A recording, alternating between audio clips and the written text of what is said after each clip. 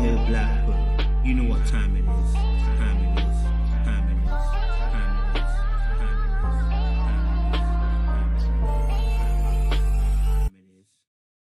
it is. Hey guys, and welcome to Little Black Book 91 in conjunction with This Is Marriage UK. We are giving you a live relationship phone-in. Yes, live relationship phone-in. This is our third week now? This is our third week. This is our third week, right? The third week. I think it's our third week that we've done this. Time flies, you see. And this is where we give you guys an opportunity. Yes, if you've got a dilemma to phone in, just hit us up on the email lbb91talks@gmail.com, and we'll be able to bring your dilemma to the panel. Before we get to that stage, let me just do some little bit of housekeeping. Make sure you like, you share, you subscribe if you're new to this particular channel. Also subscribe to This Is Marriage UK as well. And make sure as well, if you're a returnee, you already know what it is. You got the minerals, baby.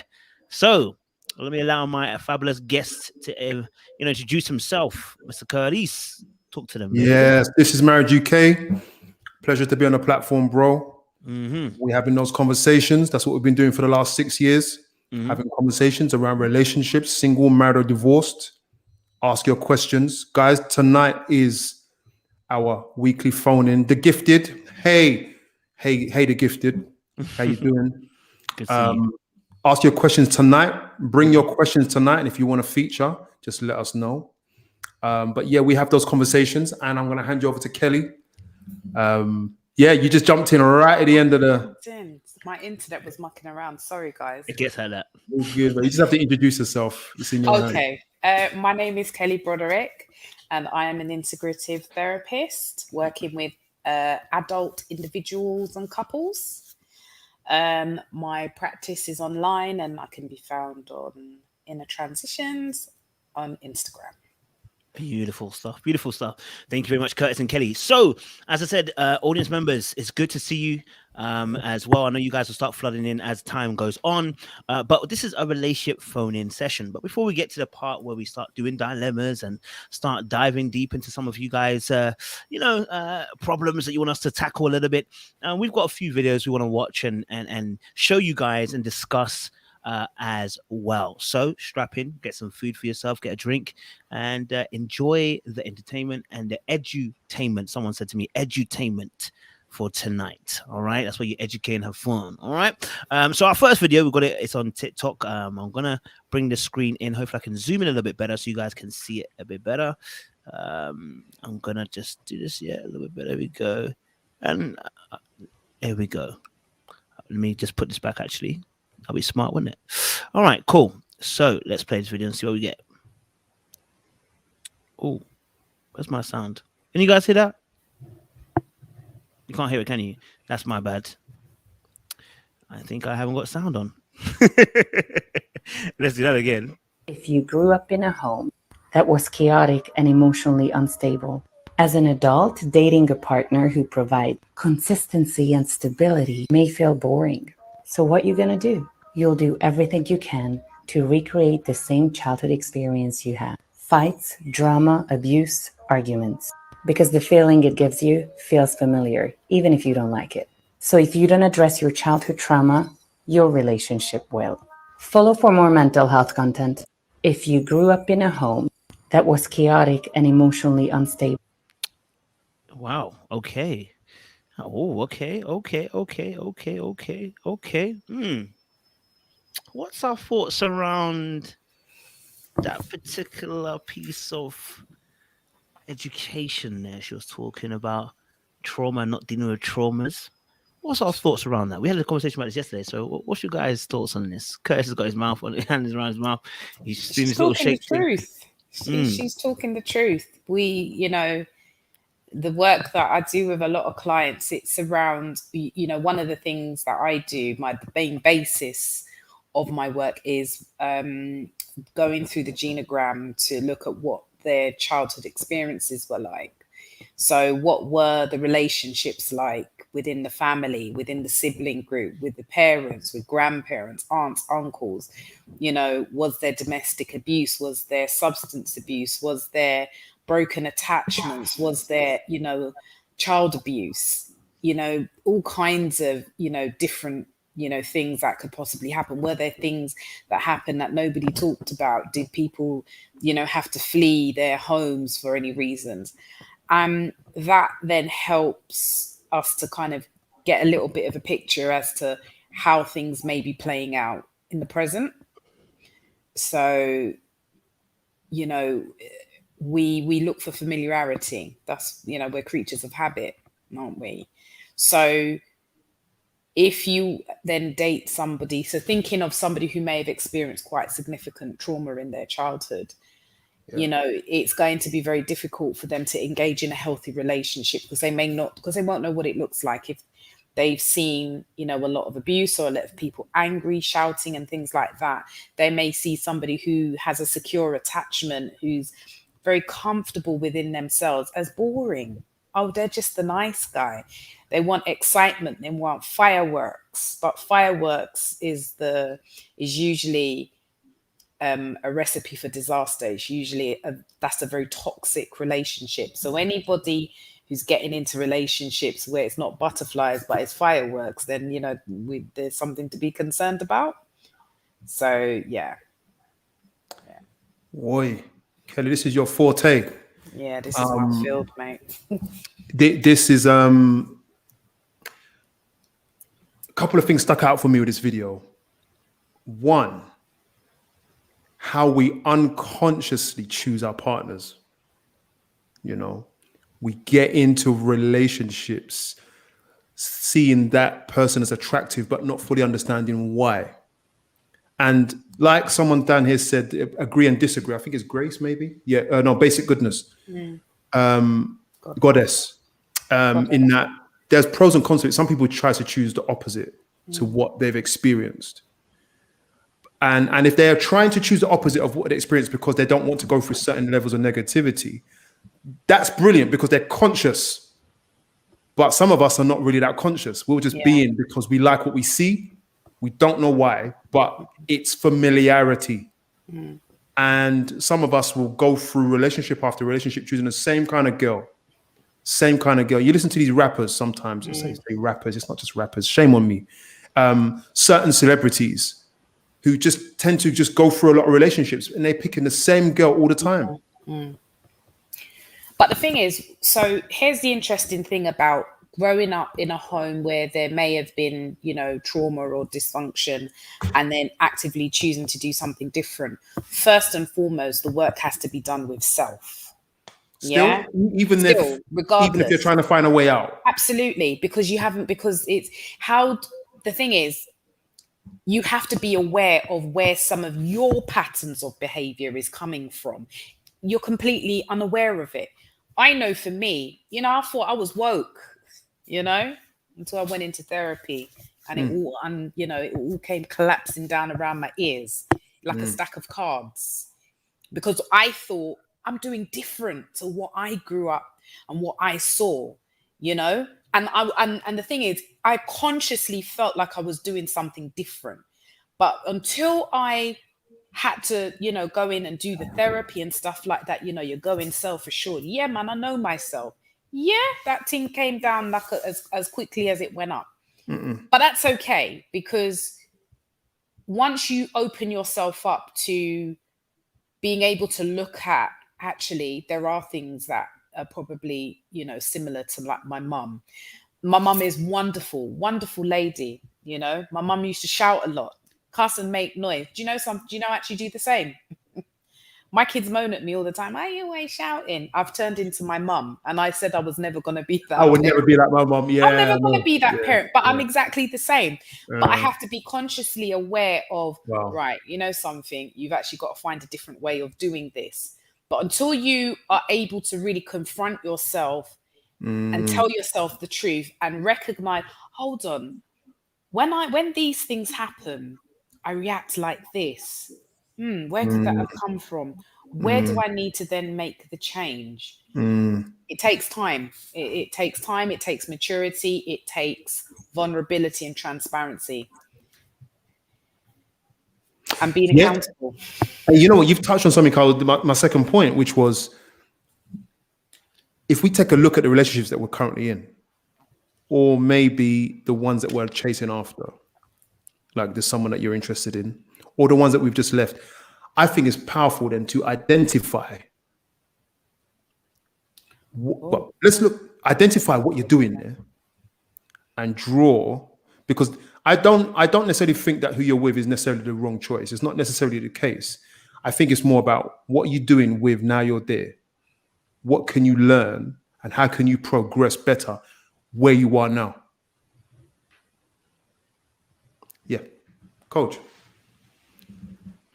It's so funny. We actually spoke about this last night. After the interview that we did, we had an hour session, myself and Jay, and we spoke about this very same topic about changing the patterns of behavior that you had from when you were what we've seen from your parents, right? And we spoke about how one has to become conscious of these particular issues. So, I'm always like to be very nuanced about this and say, you know what, there is some people in this life that, God just gives them a grace. They don't have to sit down with themselves. Yeah. It just seems like somehow, some way, they figure it out and they don't do what their parents did, right? Yeah. There's a small bunch of people like that, right? So we don't count them because they're unique. Then the rest of us, are carrying the baggage, and the baggage is a lot, okay? Yep. And it shows up in different ways. And this is what I was thinking about the other day, which is that the word balance. When you are healthy, you're able to understand balance. When you're not, you go either scale, too much, too little. So for instance, we were talking yesterday about those who haven't been protected often are the most protective, which I was saying on yesterday's live, right? But there's another side to that. Those who are not protected also can be the other way, which is become apathetic. They just become, I don't want to be involved, and completely conflict avoidant. They don't want to ever be in that situation. So when you're not healthy, you can't find balance. So that's often the barometer of checking yourself where you are. Can you find the balance? How would you know the balance if you're not healthy as well? So it's kind of crazy, that point too. It's like a circle. But yeah, this particular topic, I mean, we carry our traumas into relationships. I remember when I was younger, we used to say we want to go a bit of fire. Want to go with a bit of fire. What was it about you wanted to go with a bit of fire? I'll tell you what that's about. Give me a little passion, give me a little bit of heat. You know what I'm saying? Give me a little... I think that's about sex. That is more. It's more about sex, but it's like you want the. It's not like we're young, so we weren't necessarily looking for peace. I think this is like for men especially. This is a concept that you get when you get older, when you get more mature, and you dealt with that stuff before. You don't want that again. You don't want that again, right? But when you're younger, the energy is vibrant. You like a bit of the tip of the tap. I think there's a bit of toxicness in us when we grow up, that you want that. You want a bit of that argument. I think Hollywood is kind of also spiced up a little bit. The toxic, we make up after we've argued kind of thing. And, so you want that bit of spice. As you get older, you realize that is damn well toxic. Waste of time. Waste of time. Yeah. That's deep. And when I said it's about sex, I think for guys, there's an element of that, which is if I get passion, I know I'm going to get passionate sex. And I'm not just passionate sex, because it can lead to that. So it's like that high and low. This is like drugs. You're going to get that high. Like heroin, isn't it? Yeah, definitely. So I think that we there's an element of that, maybe subconsciously at least, where we're like, I'm going to get something for my money. We are our programs. Yeah, man. Deep. That's why parenting is so important. Yeah. That's why, they say that the first 7 years of a child's life is the most formative years, because that's where they're soaking up the environment, they're understanding patterns, they're understanding how to respond to their parents or how not to respond to them, knowing what they're going to get back, what they're not going to get back, those kind of things. And they learn to read kind of the environment and things like that. So, as they get older, those coping mechanisms that they would have had to have used to survive in childhood, they carry that into adulthood because they don't know any other way. So they then look through the lens of trauma, or through the lens that no one's going to look after me because my parents didn't, for example. So they use those same coping mechanisms that they used in childhood in adulthood, but childhood is finished. So those same coping mechanisms don't work in adulthood. It's not effective. you know? So it's about being able to put down those coping mechanisms and to address and unpack the unresolved stuff and find healthier ways of dealing and managing. But it's very, it's exposing, it's painful,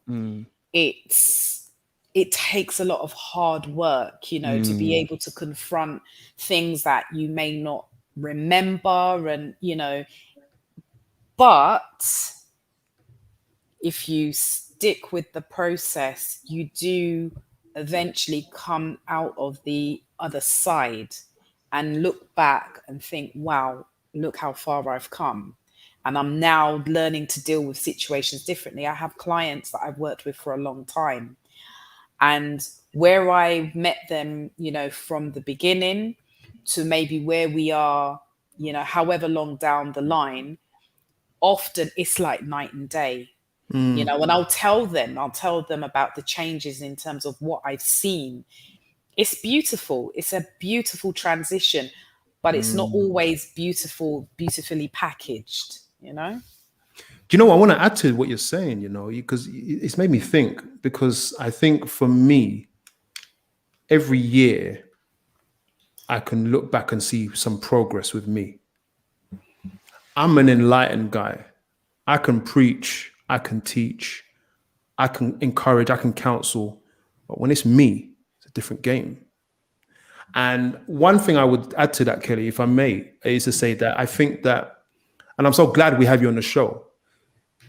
Oh, thanks. In that, what we are talking about when we're talking about knowing yourself is a lifestyle. I would say it's a lifestyle. It's like for me now, I'm constantly, for the last few years, I'm growing in it. I'm constantly looking at myself and saying, that's my dad. That's my mom. Why do I do that? And I'm asking myself questions. I don't have all the answers, but I'm asking questions. And it's a lifestyle, because what it's doing is it's making me stop and think, do I need to react like that? Do I need to be like that? Why am I doing that? Why am I stabbing myself? Why am I doing that? And I think that instead of saying, just go to therapy, I would say adopt a mindset of, this is life. I will only be searching myself forever.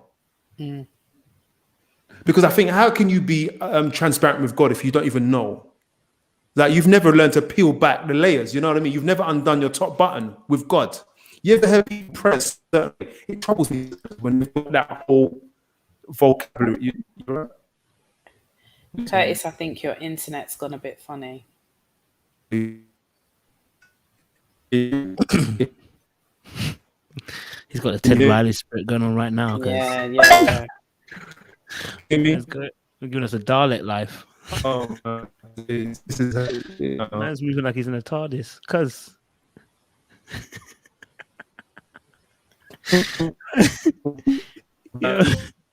Yo, Curtis. Gracious. Don't worry, he'll come back. I'll mute him and then come back. Do you want to carry on, Kelly? Or should I carry on? You carry on.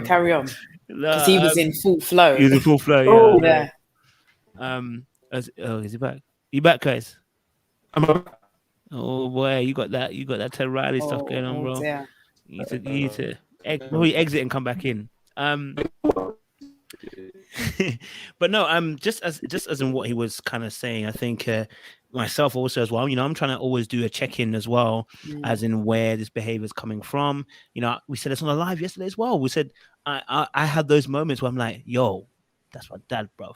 That's not me. Like, you know what I mean? Like, I learned that from my dad. Where's that coming from? And that's not everything I reject from my dad, by the way. It's, you know, I just find there's some things which I'm like, I don't really like that. That's not how I like it to be, you know?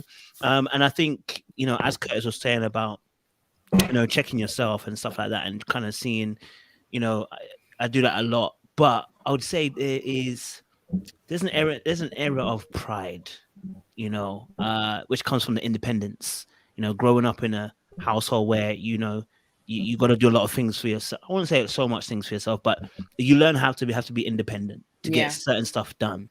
Yeah. And that comes with a level of pride, you know, not being able to ask people for help. And also as well, it comes with a level of pride because no one can tell me nothing. unless it's wisdom, I don't want to hear it. Like I just can't do it. Like that's why I've been around Curtis, because Curtis is one of those few people that when I'm around, I'm like, okay, bro, whatever you say goes. So like if I'm with you, there's few people that when I'm with them, if I roll with you, it means that whatever you say will go. And there's other people I hate them. I'm like, I don't want to hear a word you got to say because I don't think you got wisdom when you're talking. I just think you. I'm going to send you my bank details and watch that. No worries, cuzzy. I got you, brother. You know what I'm saying? Like, investing into the future. You get me? You feel me? But that's honest. That's the truth. Like, you know, and it's a catch. It's a positive. It's a negative. Do you know what I mean? Because that area of pride means there's certain things I probably won't learn because that pride will stop me from learning from certain people because I think, you ain't really adding nothing to me. You know what I'm saying? And like I said, you don't know all your blind spots. You know what I mean? No, So you don't. So you think you do, but you think really you do. Don't. Yeah, that's the biggest. That's the biggest kind of what's the word that I want to say? That's the biggest kind of thing that we really don't understand. We really don't understand our blind spots. We don't have the wisdom and the discernment to understand it. You know, we have so many blind spots. So even like when you think about your village, you know, so we're talking about a lifestyle. So Curtis was talking about, you know, being kind of grounded and really working on yourself. That's about a lifestyle. Yeah. Part of your lifestyle is also having a village around you because no man is an island. But your village needs to comprise of people who can hold you accountable and you hold them accountable. But also as well, you trust them to be able to point out the blind spots that you don't see. So for me, one of the things that I always say is that I might have an idea or I've got a belief or I want to try something or I'm going to make a decision. I don't always just trust myself. And that's not because I can't trust myself, you know what I mean? And that I don't make wise decisions. But I'm very, very aware that there are lots of blind spots.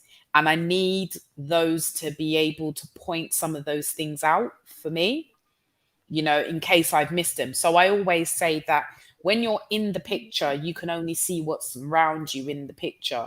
But your people are outside of the picture. They can see the whole portrait, so they'll be able to let you know the things that you can't see, but it's only the ones that you can truly trust. So you're saying about when people are speaking to you, do you trust their word? Are they wise? Are they discerning? Do you know what I mean?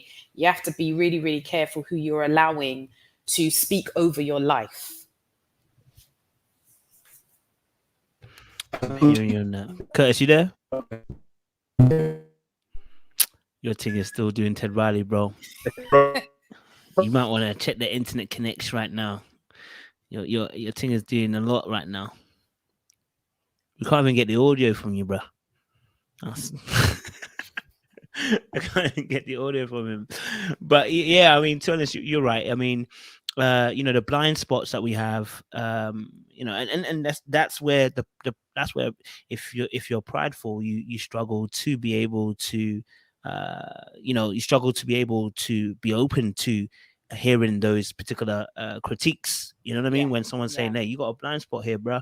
Like, have you seen it this way? Have you looked at it this way?" You know, and so this is, and that all goes back, like we're saying, to the beginning when you were younger and how you process information, how you dealt with your parents, and how the relationship was formed. So you're right. Everything always boils down back more than likely to childhood. And absolutely. If we can get the story of childhood and how certain incidents played out for you in your life or my life or someone else's life, you kind of get the keys to the mindset, you know, because train up a child in a way to go and he will not depart from it. That includes the negative stuff. Absolutely. You know what I mean? Yeah, totally. Yeah, no, that's true. That's true. A lot. Yeah. Well, Mr. Curte is not here yet, so he'll come back. There he is. Let's see if we can get him on and let him finish his point. He's with the cat. Let's see if he's able to come back. Okay. He's really got the spirit of Ted Riley today, bro. Oh no. You can hear anything? Not great. Not great, bro. Have you got? Gosh, he's gone again. His internet is on some booty It's vibes. on some books things. No worries. Listen, we'll watch the other video, and I'm sure Okay. you'll let us. He's watched it before, so he knows what it is. So Okay. I'll Cool. put the other video on, and we'll discuss that a little bit as well. All right, let's get the other video up. Okay.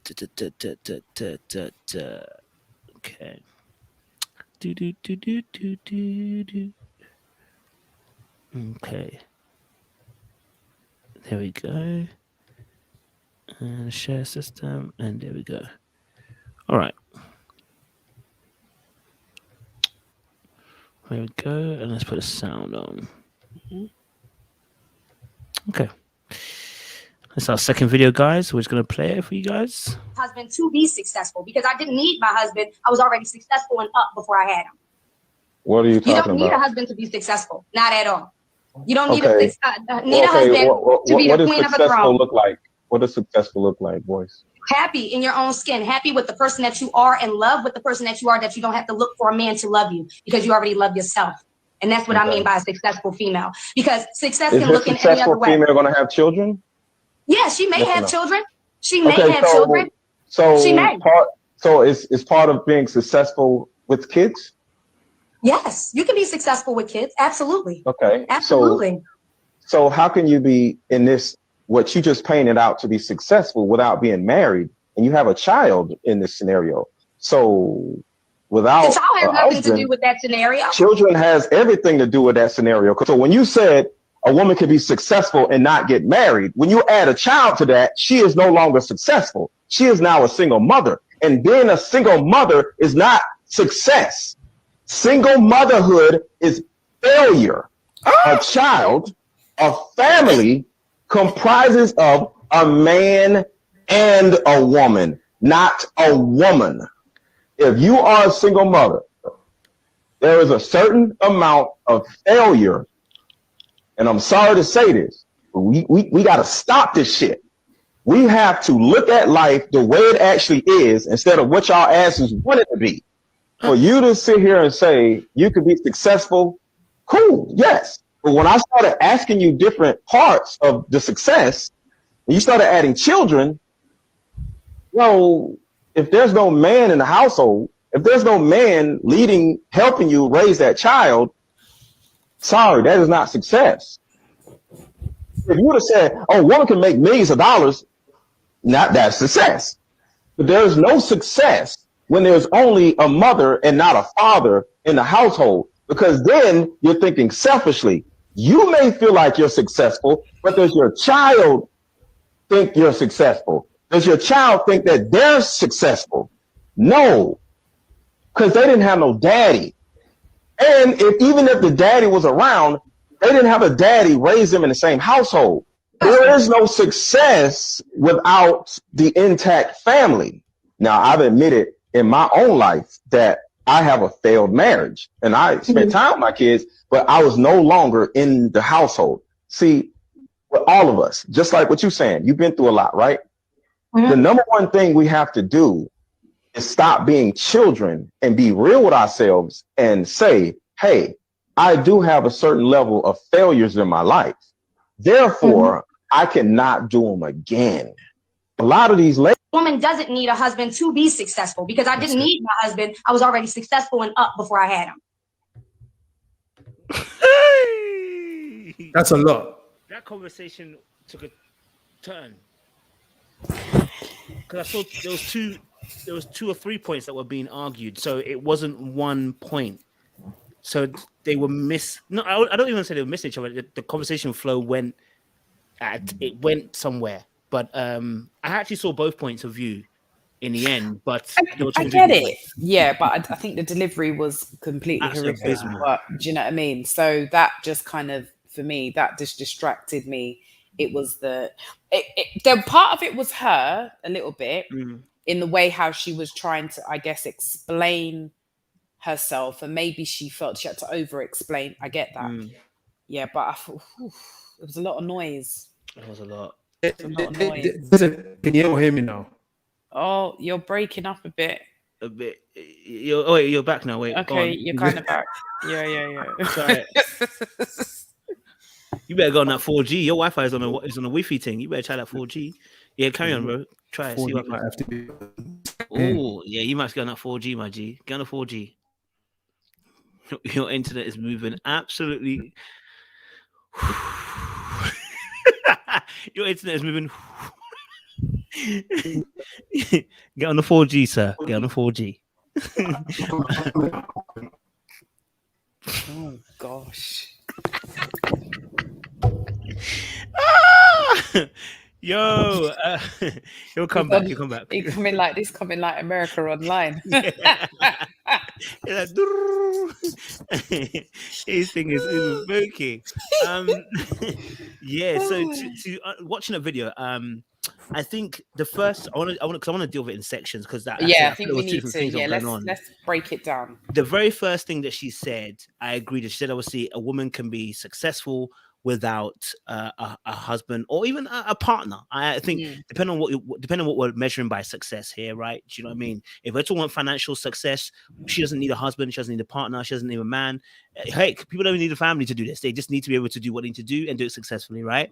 So I was with her on that, and then I think his delivery after that, he come back to the point which I didn't see. I think that's where the conversation went really left, because when he come back to that point rather than making a separate point to say, I hear that, and what I'm trying to say is that in this area of life, when we're talking about having a unit family, this area can be looked at as, if you want to call it, a failure. We weren't able to keep a family unit, the original family unit, in terms of having a child with the father and the mother, to keeping them together. So that I could have worked with, but he went for her point, and just to make this point, which then makes me think, was ever the argument really about what the point that he was making, or was he just trying to shut her up, or was he just trying to get a win on her? I don't know. It felt like some kind of Kevin Samuels kind of vibe. That's what I was feeling. Yeah, it was like, that's what I was thinking. Yeah, this is like Kevin Samuels. Well, you're not actually, because you can't.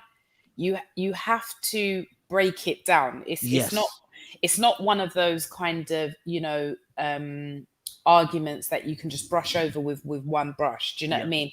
It has to be taken in sections. So yeah, you can be successful with or without a partner, if it comes to monetary kind of success.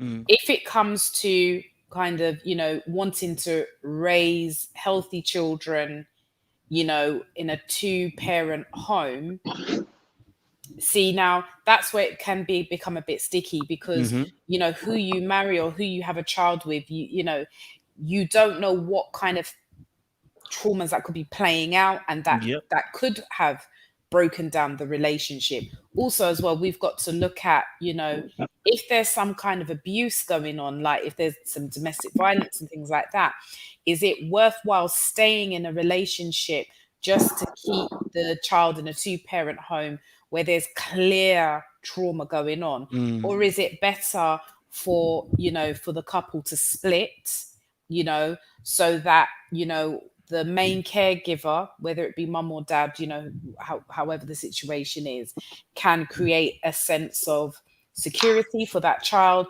But if they're able to then have, a positive relationship with the other parent and have, just as much involvement with the other parent. Do you know what I mean? It's not ideal. That's the key word. It's not ideal, but I guess it's about thinking it's what you understand of family, because gone are the days where in my grandparents' day it was death till you part, and a lot of those relationships were horrible.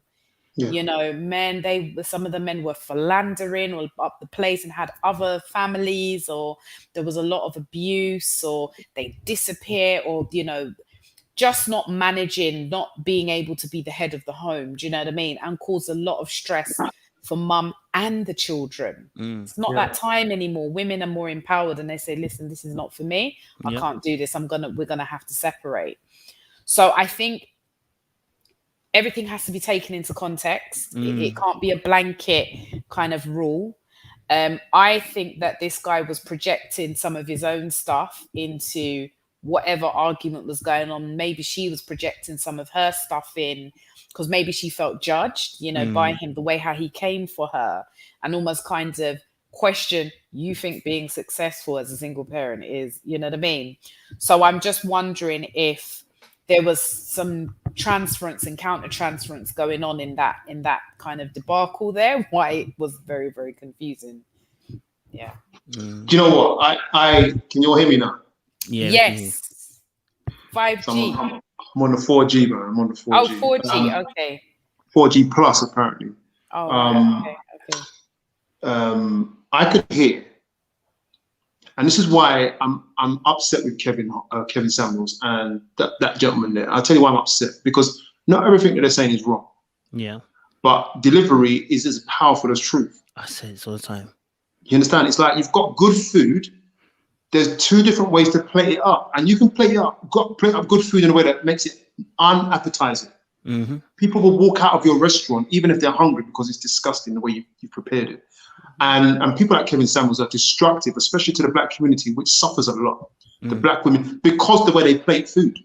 And the only women that will turn up to them are desperate women. People who are starving will ask of him advice. Yeah. And that angers me, because what he then gives them is a version, the way that he's throwing the food at them is a version of love that they're prepared to accept because they're vulnerable, because they're hungry.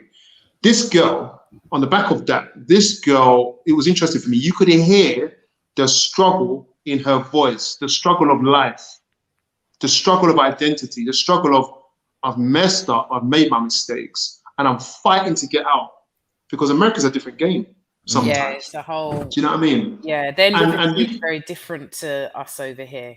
They've got a lot more oppression, I think, or different kind of oppression. It's a different kind of pressure. It's because it's all pressure, isn't it? But it just looks different. And I think she dragged herself out of any mess that she's been in. She's made an effort, but you can see the pain on it.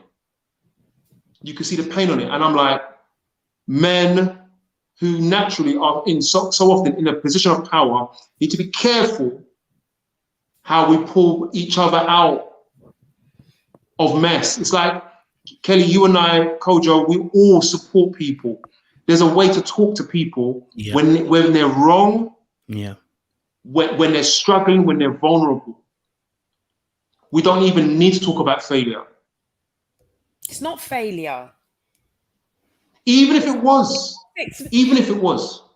But the thing is, though, you know what I mean? You know, a child is a blessing, regardless.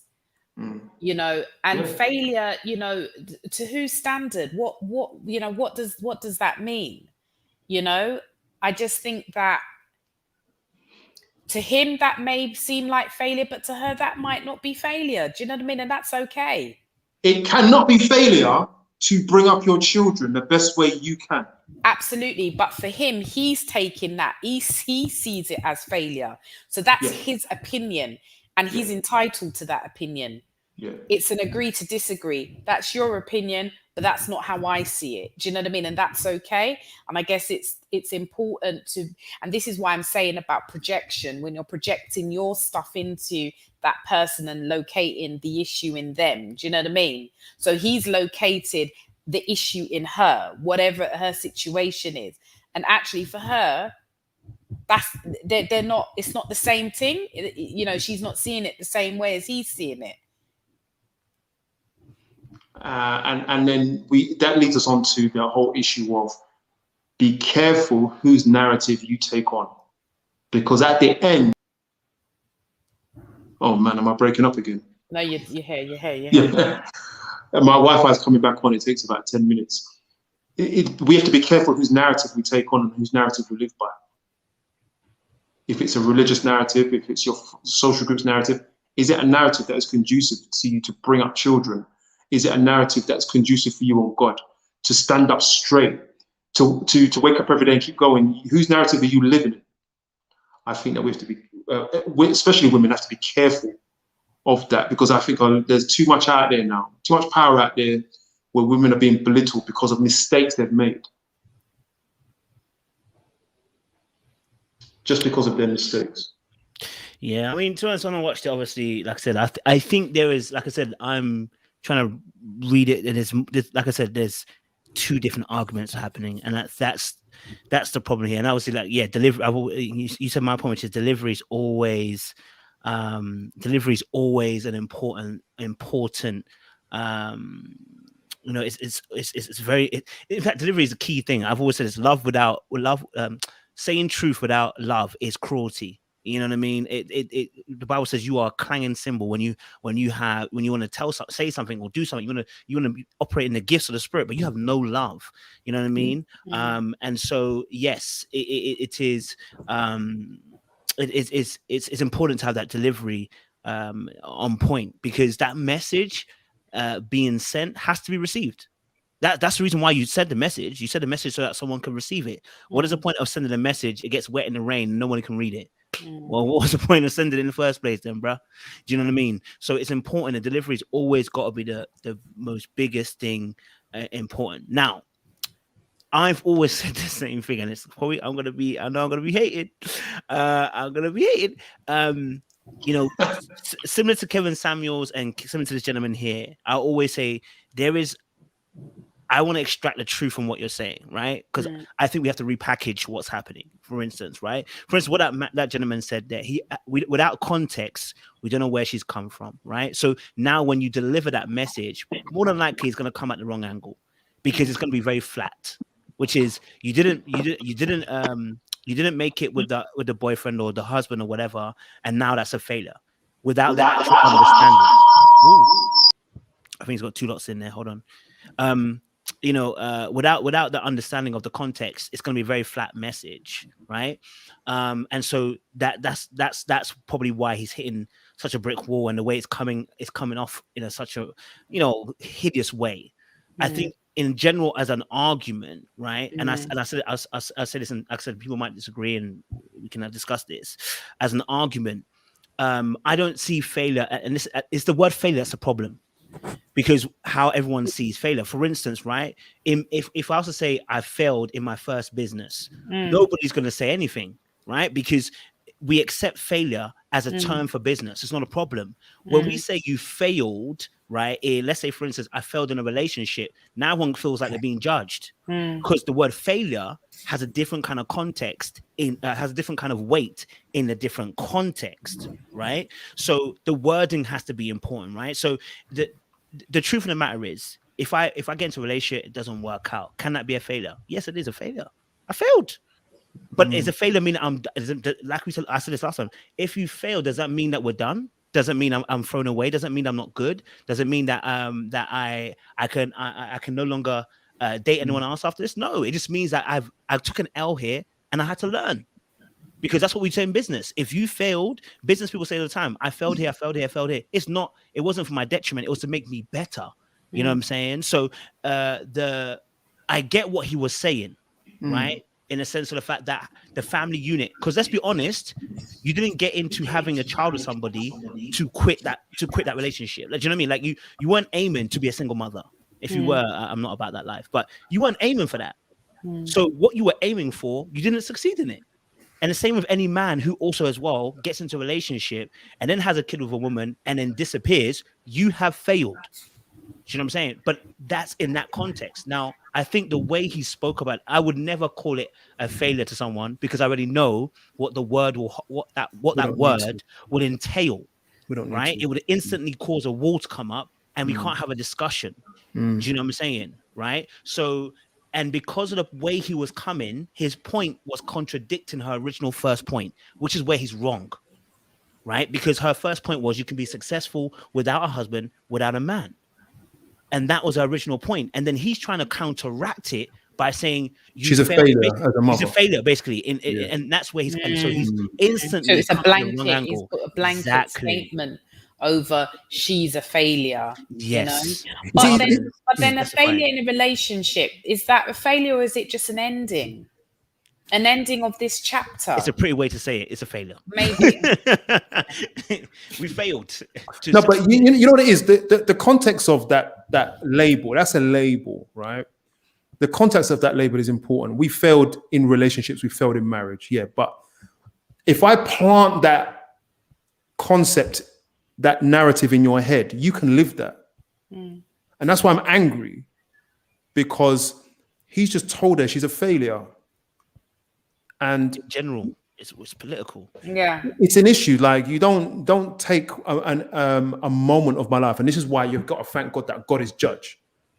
Because he's not going to take a moment of your life and then sum you up in that whole moment. And this is one thing that I know, and this is what I was coming to earlier on. Like, I know churches that really do pound down on women when they have sex outside of marriage. The big classic. And they're never the same after that. They're never the same after that. And that's because they've taken one narrative and they've summed you up, and that's you. You've got to spend the rest of your life trying to climb that ladder back to where you were. That, and Kelly, I don't want to start you off, you know. My head is hurting. I can't bear it. I It's can't deep. bear it. I just can't. I'm sorry. People take that on. Kevin Samuels, he's no different from one of those ministers. This guy here, no different from one of those ministers who take the gospel. Remember, it was the Crusaders in the name of God that killed millions of people, you know. In the name of God. But here's the thing. It goes back to, you know, the Kevin Samuels, the Derek Jacksons, all these cats, right? You have to be very, very careful who you're taking counsel from. Do you understand? That brother got his own issues. You understand what I'm saying? And this is what I'm saying about projection. Not everybody has the wisdom and the discernment to be able to do this, because you've got to be able to take self out. So what also happens is when you're on a platform like that, you have to be very, very careful and very clear exactly what it is that you're talking about. So you made a very blanket statement. Do you know what I mean? And it just, you know, he completely just, you know, burnt the place down. That's it, done. Can't have no conversation after that. Do you know what I mean? So my thing is that, you know, unless you're going to be able to talk with love, speak with love, no judgment, and, you know, vulnerability and transparency, and really kind of being mindful of how you're bringing things to the table to have a conversation. Mindful. You know, you have to take time. So when people are, you know, people can be delicate, you know. Listen, we're all very delicate. Let's not get it twisted. We're all delicate, but we all respond in different ways. So we may respond in anger, but anger doesn't necessarily, you know what I mean? That's hurts, that's upset, that's pain, that's anxiety. Or how do they, do you understand? But it's displayed in it. We are all we're all sensitive beings. We may not think that we are, but actually the way how our bodies respond, our bodies will respond in different ways. Do you understand? That may make us think, actually, no, I'm not that sensitive, but actually we are, you know, and that's okay. Do you know what I mean? It's okay. But we have to be very, very mindful as to how we're delivering, how we're speaking. Truth. Are we speaking from, you know, the blanket truth, or are we just kind of just being curious, or are we just saying, look, this is my experience. My experience is not your experience. So, you know, bless beyond measure. Bless beyond measures. Bless beyond measures comment. I don't know if you see it, Kelly. Compassionate shouldn't be a lost art. Absolutely. Compassion shouldn't be a lost art. It's the, you know what it is? Truth packaged the right way. It's like sweetness to the soul. Come on. You can turn anyone around. Yeah. Speak to them right. Yeah. It might be painful, some of the things that you might have to say, but it can be delivered in such a beautiful way that it just opens up the opportunity for overstanding. I say overstanding, I must sound like I'm Rasta. Understanding, religion thing. You know, love, you know, just wanting to support. Do you know what I mean? It's so important. I also want to big up single mothers. Yeah. I'm not a feminist by any means, probably in part, but rearing kids as a female by yourself can't be a joke. Can't be a joke. Just saying. It's not a joke. I'm with you guys. You know what I mean? I'm with you guys. I said I'm with you guys. I'm with you guys, you know. I'm with you guys. You know what I mean, obviously, like I think just I watched a little bit behind the scenes, and I was like, yeah, like I said, I think the gentleman just needs to chill a little bit. You know what I mean? But I think again, it's not just delivery. Actually, it's actually missing the point, right? So when someone makes because he's already got a point in his head already that he wants to make, that is why he's responding and not listening.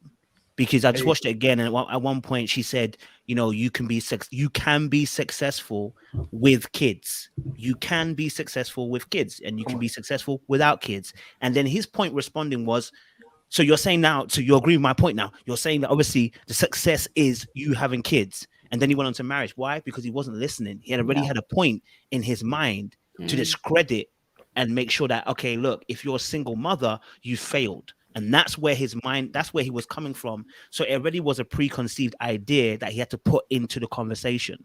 So he wasn't actually listening to respond. He was listening to be right.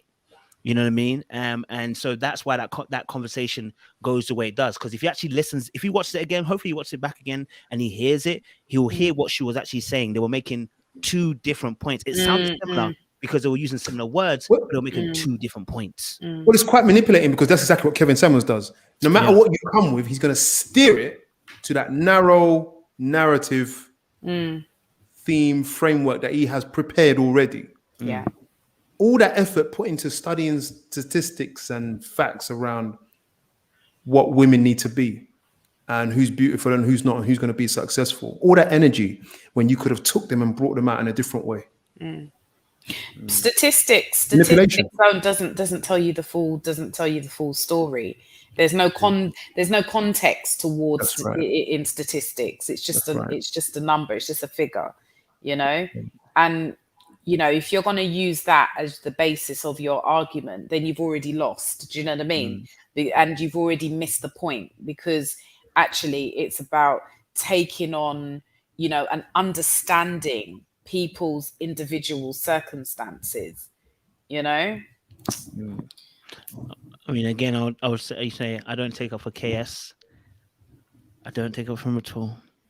But I think I had a men's panel. We were talking about this situation. I said, why are men following KS? A lot of them are hurt. A lot of them are bruised. But a lot of them have found they've found a prophet in KS, right? Someone who can say the things that they wanted to be said, right? He is now the king barbershop person on YouTube, right? This is the kind of some of the conversation. What I mean by that is that some of the conversations that some of these men will have would normally exist in the barbershop amongst men. Some of the things that they talk about. This is what we talk about amongst men in the barbershop. They have these chop shop talks, right? And he's brought that from barbershop to YouTube and made it part of an ethos to live by. And the problem with the ethos is, and this is why when you take Christ out of a situation, the problem you get is that it becomes about power and not about actually how God has designed for relationships and marriage to actually be. Which is why whenever you start somewhere and you don't start at the source, which is God, you will always go into error eventually, because one party or the other, or two parties or three parties, whoever, will eventually try to usurp and take power, because their definition of what they think is success or what they think is a right relationship is whatever they want it to be. It's about them and not about the other person. We talk about this all the time. We will say marriage is what? Servitude. Well, that's not what Kevin Samuels is promoting. What he's promoting is how to make sure marriages don't fail. But that in itself is a failure.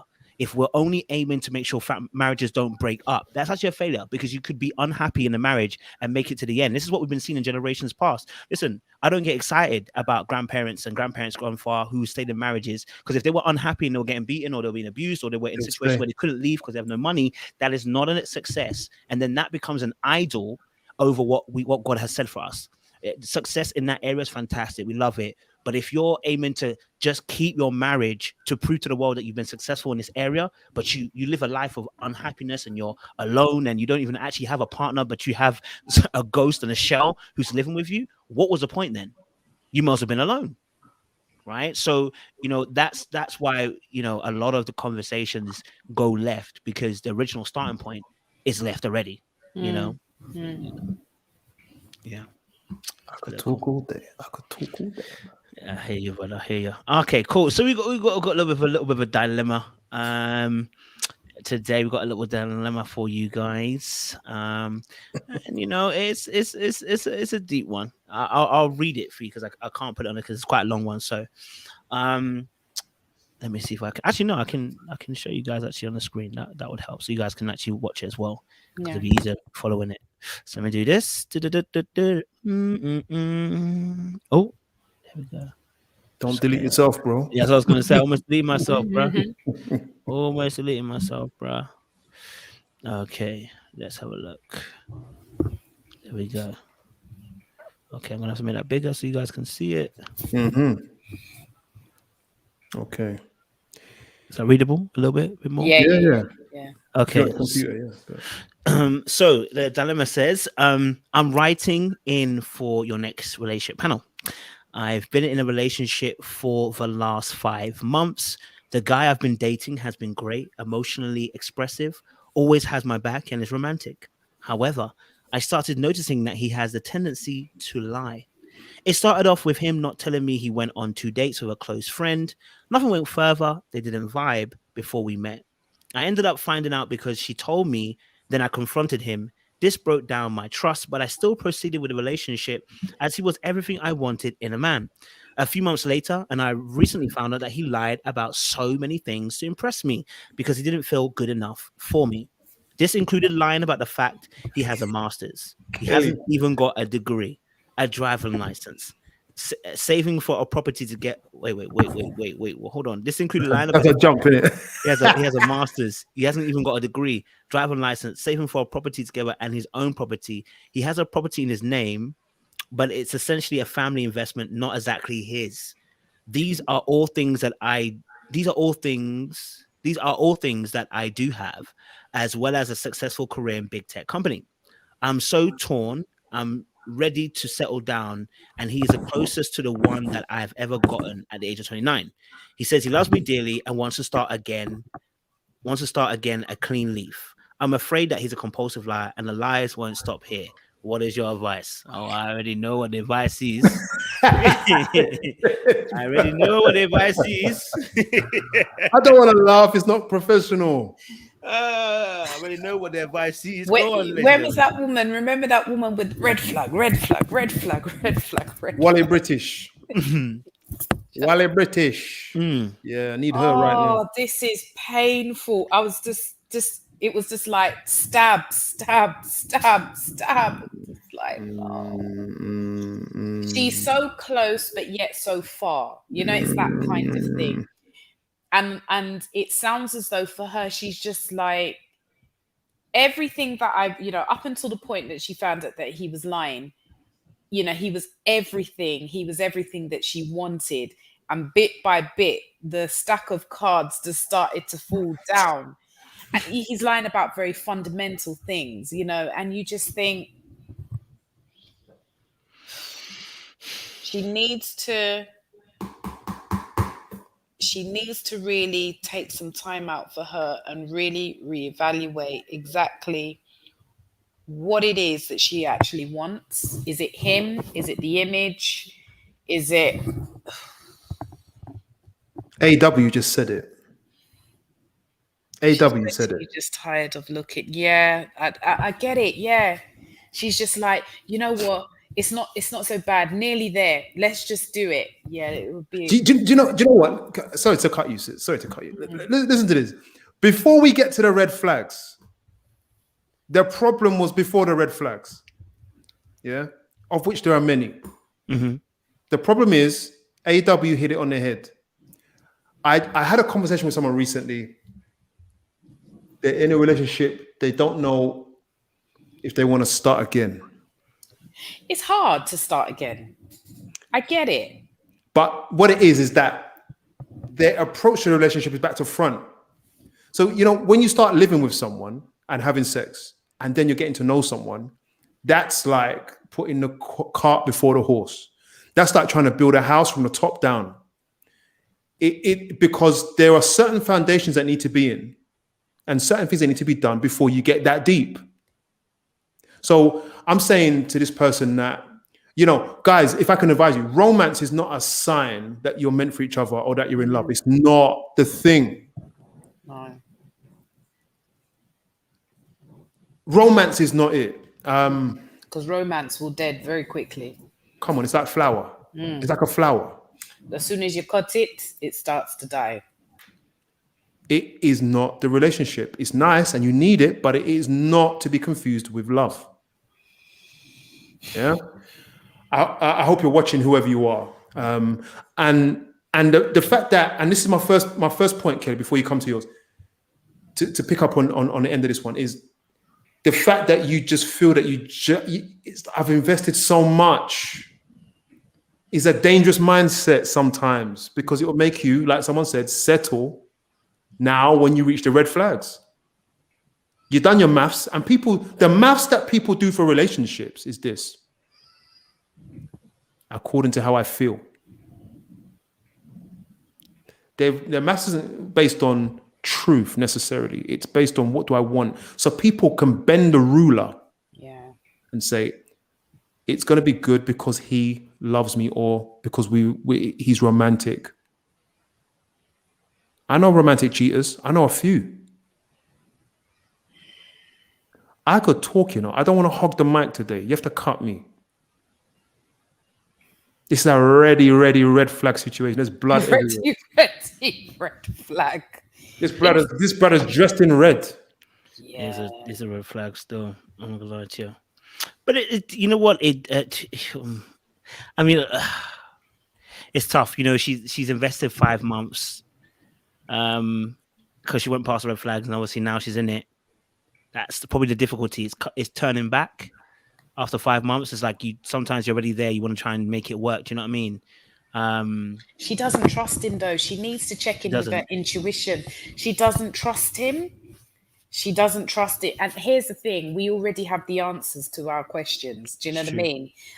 And, if she just gives herself 5 months is not a long time, right? To, be with somebody and recognize and realize, wait, 1 second, you're not for me. Do you know what I mean? That's not a long time, because actually better the 5 months of getting to know that, who this guy really is, than marrying him and then finding out all kinds of things. And by then you're tied up, in some different ways, So the reality is that her intuition is probably talking to her, and telling her, no do it, I beg you, no do it. Do you understand? It's already talking to her. Her intuition is talking to her. It's like the Holy Spirit. It's talking to her, talking to her and telling her. And it's almost like she's trying to kind of, but he's not that bad. But, he's lied about, you try and bargain with your conscience. But it ain't that bad. We've all done it. Every one of us has done it, where you're not meant to be in the situation, but it was so sweet. You're just like, yo, I can change this person. Listen. This is the biggest thing, Kelly. No disrespect to people, but please learn from what we're saying, right? For me, this is the biggest trap that is fallen into by women when they come across a man. They will bypass because they don't want to be alone. Yeah. They will bypass every red flag with a siren on it. Yeah. Because they don't want to be alone. And I get that. And actually, to be fair, I respect it, because everybody to kind of deserve someone. It's a madness out there. But let me say this. If there was one piece of advice I could give, it would be this: do not enter relationships based on romance. Enter in based on friendships. Be a friend first. That way, if that man, after 5 months, so you've described 5 months here, if after 5 months he can't be honest with you, then he's not your friend. his integrity is all wrong. It's insecurity, and that plays out ugly later on. Ugly, man. I'm telling you, you see people like that in court, you know? You know, it's more painful and more traumatic to go down that route than it is to say, okay, 5 months, all right, I've learned some things about you that ain't really, you know, it's not really aligning with my morals and my values. I wish you all the best. You know what I mean? Thanks, but no thanks. And that's okay. But I tell you what, if... According to Maria S., we have to, the answer is to be an introvert. She says, I'm an introvert, so being alone doesn't bother her. So it makes it easier not to settle. I love it because I'm an introvert as well. But one thing with me though, this is the truth. In relation to that is that I grew up with low self-esteem, but what I wouldn't do is present something that didn't exist. So I would say to a woman, this is me. When I started dating a woman years ago, when I say years, obviously I've been married 20 years, so you know it's time in it. You're looking about 25 years ago. I know. It's a long time. It's a long time, Kelly. She had money and I didn't. I was earning £9,600 a year. I was a whole heap of money back then. What are you talking about? £9,600 a year. Yeah. I was living by myself. I was living with my gran. And she had her own house. But I was never going to say, boy, I got this and I got that. If she don't take me the way I am, like I want to sleep at night knowing that we both know who each other are. I just pray that women just start turning their minds towards that mindset. And guys, you don't have to put on the act. If you want to live with someone for the rest of your life, be yourself. I'm poor. I'm wretched. I'm naked. That's my friend will accept me. And I've had a girlfriend who I wasn't even earning. I was earning, in fact, I remember my first girlfriend, I was 16, 17, I was with her for 4 years. I was earning, when I was with her, £3.45 an hour. Wasn't a problem. We were friends. We were friends. I'll leave that there.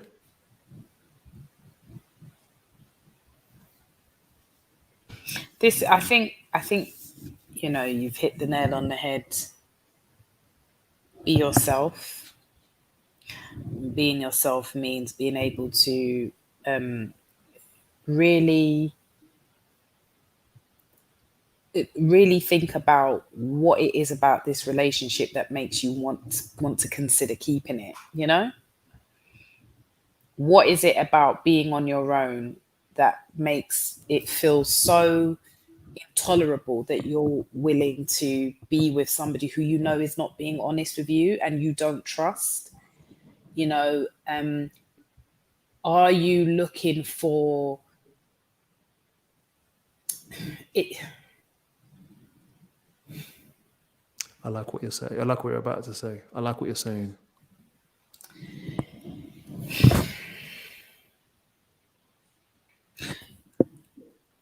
Are you looking for validation outside that you should be getting from within? You know, You're talking to who? The guy or the girl? To the girl.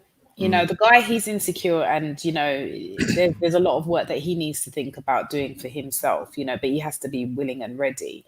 But I'm saying it to the girl because she's the one that wrote in, so clearly her, you know, her conscience is already, you know, has led her to, you know, kind of talk about what's going on for her.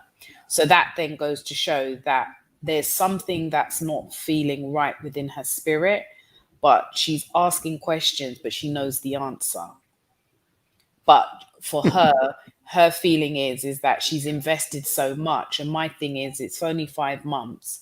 What is it about this relationship that makes you feel that you can't just let it go? What is it about it?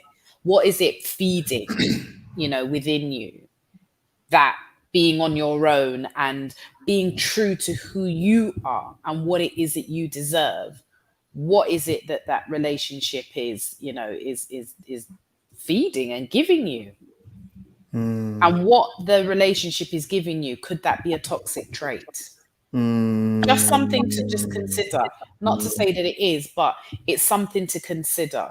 What happened in her childhood that, you know, maybe has left her feeling as though she's not chosen, and maybe this guy has wooed her and, you know, chosen her, you know. It's not honest what he's done, but you know, when you've not been chosen before, and this man, you know, because if he's lying about certain things, I then kind of wonder, did he love bomb her, you know? And that's real, when people love bomb, you know, a potential mate, you know, and it's overwhelming for a woman. It's, you know, the amount of love, it's wonderful. Do you know what I mean? It's overwhelming. You cannot believe that this is happening. You know, you think you're vibing and this is going to be forever, because that's how as women we do think. When we're meeting a man, we're looking at potential. We're looking at, could he potentially be somebody that I marry? Could he be the father of my children? Could we build an empire together?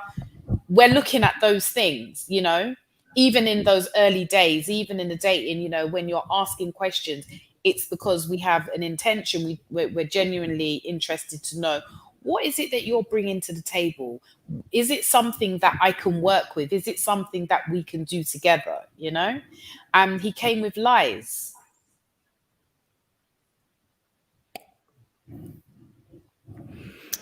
I like that.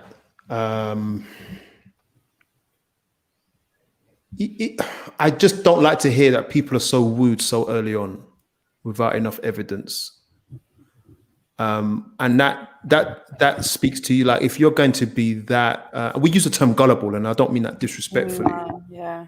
But if you can be wooed that easy, you are a problem for yourself, really. You just got to really kind of develop some more wisdom in your actions, because maybe you're an emotive, maybe you're like that. And I don't think that's a problem, because in a relationship, it's really nice for a man to have someone who's receptive like that. But check yourself. There's something else I want to say as well. There's two things actually.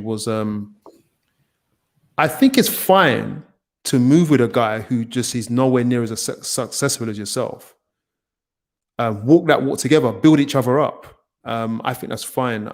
So the fact that he doesn't have, and that moves on to the other thing I want to talk about, is that, brother, you don't want to walk into any relationship deceptive. You step up to a woman who's earning six figures and you're on McDonald's, and she likes you, she likes you. Do you know what I mean? And be honest about where you're at. You know, what are you laughing at, bro? I just remember I have a situation.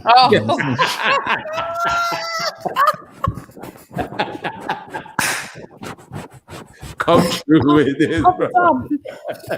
Come true. No, I just look what this girl did to my boy. Context for why this guy's lied, in it. Like, do you know what I mean?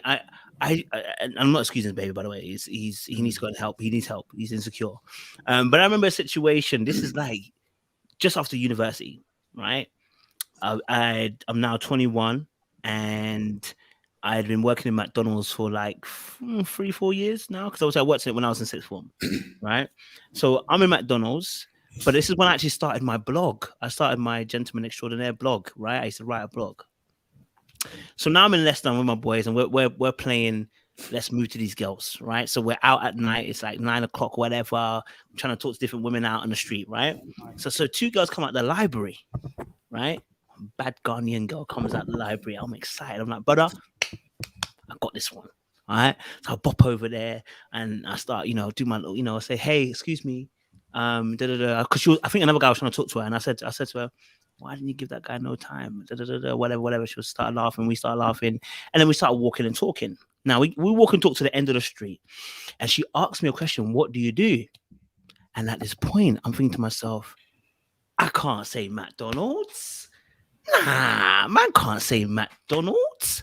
That's not gonna look good if I say I work at McDonald's. Like, how's that gonna? It's because I was embarrassed. Now, his reasons why he's lying, I think, were maybe a little bit different. But I can see, like, I was embarrassed. I was ashamed. I was like, I should be further along in life, and me coming and saying I work at McDonald's, how's that gonna look? So I said, I'm a blogger. Now I'm lying because I am a blogger, but that doesn't pay me anything. That is not my job. My job is working at McDonald's. I flip burgers, okay, all right, and I flip them good, all right. But I'm like, no, I'm a blogger. She's like, I don't believe you. So I show her my blog. She starts reading. She said, no, this is really good. No, this is not you. This is someone else. Plus, and what happened also, the name that I used to put at the bottom of the blog was Jojo Speaks. It's not Kojo, it's Jojo Speaks. Obviously, I've told her my name is Kojo. So she's like, no, the names are different. Like, no, I don't believe you. So now I'm like, okay, what would it take for you to believe what I'm saying? She's like, okay. She asked me a question. What's the name on the bottom of the blog? Now, at this time, I had forgotten my name at the bottom of the blog, what I used to say. I don't know why. It went out of my mind. And I didn't have my phone on me because I left it back at my boy's yard. So I couldn't even check the blog. I had my other phone, but it had no internet for it. I had no data on that phone, and I can only call in it. So obviously now I've said, okay, cool. I'll give me a second or two. I need to think about it. She's like, okay, as we're thinking about, we're gonna go to Tesco's. As she went to Tesco, I called my boy. I said, brother, what do I say on the bottom of my blog? Because I can't remember. Like, this girl's trying to test me. Right. Long story short, I didn't get nowhere. But in the part I wanted to focus on. Okay. After she walks me around the block like it was Jericho. The part I want to focus on is the fact that I lied in that moment, right? And it's because of shame and embarrassment. Now, I'm not giving him a pass. There is no pass here. This is only explanation for the behavior. It is not a pass. It's just for us to understand where he's coming from, but it's no pass here because that is an insecurity. Because the girl never said anything. She was in uni. I just finished my university. She was in uni. Why was I feeling that pressed? That's got nothing to do with her and all to do with me. That's a solo issue. You need to deal with you, right? So just to give you no context of why that guy was doing what he was doing, I think you're ashamed and you're embarrassed and you are trying to measure yourself up against this woman rather than just coming correct and being true and say, actually, this is me. This is me. And the reason why is, again, he has nothing to offer. That is why he's doing what he's doing. That's it. He feels he has nothing to offer. And if you have nothing to offer, go and sit down and work it out and get what you need to offer and come and offer. There's no need to come and lie. You know what I mean? That's right. Look, man, guys, listen. I'm repeating myself. True love is it's built on good friendship and it's built on vulnerability and honesty. It's not built on romance. It's not built on gifts and dinners. It's not built on that. It's built on how real you can be with each other and how you enjoy each other's company and accepting each other's faults and weaknesses. You will see a rich guy and poor woman and vice versa love each other. That's all good. I love that because it shows me that actually there's something deeper and more that they're built on. Do you know what I mean? But I ain't lying to anybody about what I am. This is me. Bro, she walked me around the block 7 times, not lying. No, you don't read my comments. They wait to write a book on this one girl. Oh my gosh. You obviously, you know, for yourself, you have something to offer.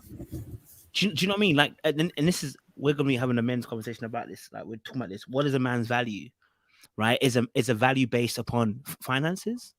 Right? What value does he have?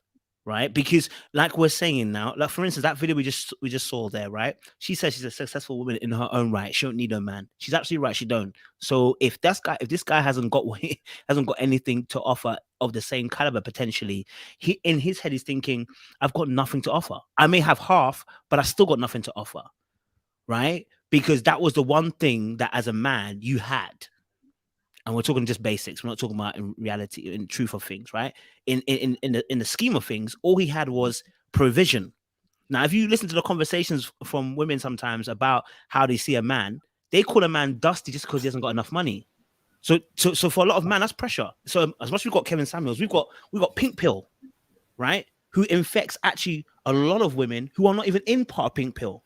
right? We've got women who say, if he's not 6 foot, I can't date him. And trust me, brother, this is not for young people. This goes across the board. I'm not playing with you. There are people here rejecting people because they're not 6 foot. It's not a joke, right? So there are factors that men are seeing, right, that they're hearing from women, and it's not every woman again. And it's, you know, sometimes the minority becomes the biggest voice for some reason. I don't know why that happens, but and sometimes what they're hearing is, you ain't got this amount of money. You don't. You're not 6 foot. What are you doing? Huh? Can you sling the dick? If you can't, then we're wasted. Like, that's the last thing you got going for you, bruh. If you can't do that, fam, you're done. You're done. You know what I mean? So I think, I'm not saying that it's right. I'm only explaining maybe why his mindset is going like that. In the thing, he's thinking, what can I bring to the table? Right before he gets told that the woman says, I am the table. Then he's like, what else I bring to the table? I ain't got that left. So I think that's why some guys were thinking that they need to bring a certain thing so they're not dusty, so they're not below standard or whatever, below par. I mean, you guys have you been watching our Married at First Sight lives? Have you seen how the women have been talking about Gil? Then you'll realize why men are lying, some of them. Because a simple guy, he's just simple guy doing the basics, loving, being patient. He's dusty because he doesn't have 6 figures, or he doesn't have a certain amount of money. So is this the oldest one? That guy, the guy with a bald head? Is that him? Yeah, man. Yeah, man. It's tough out there. But the thing is, though, who's dissing him? It's the ladies, the very people that we're wanting. Oh. Yeah. Maybe he's everyone, by the way. Maybe he's the boring type, you know, like in terms of he doesn't seem exciting. No, he's a bit cheap, innit? He's a bit Ghanaian. Okay. He's a bit Ghanaian. You said that, yeah, I didn't say that. This is deep. I'm thinking true though. He's a bit. This runs into all these social constructs that run very strong in society. Men ultimately, generally, want to be providers. They want to be on top. The world has been like that for a long time. It's only in the last couple of 100 years that women have kind of picked up and taken off. And so it's in the DNA of society. But you miss out on so much, man. You know, when I got with Juanita, I had debt and I had nothing. I didn't have a pot. I didn't have a pan. I just had me and a bag of clothes, and that was it. I didn't have an education. I didn't have any defined skills.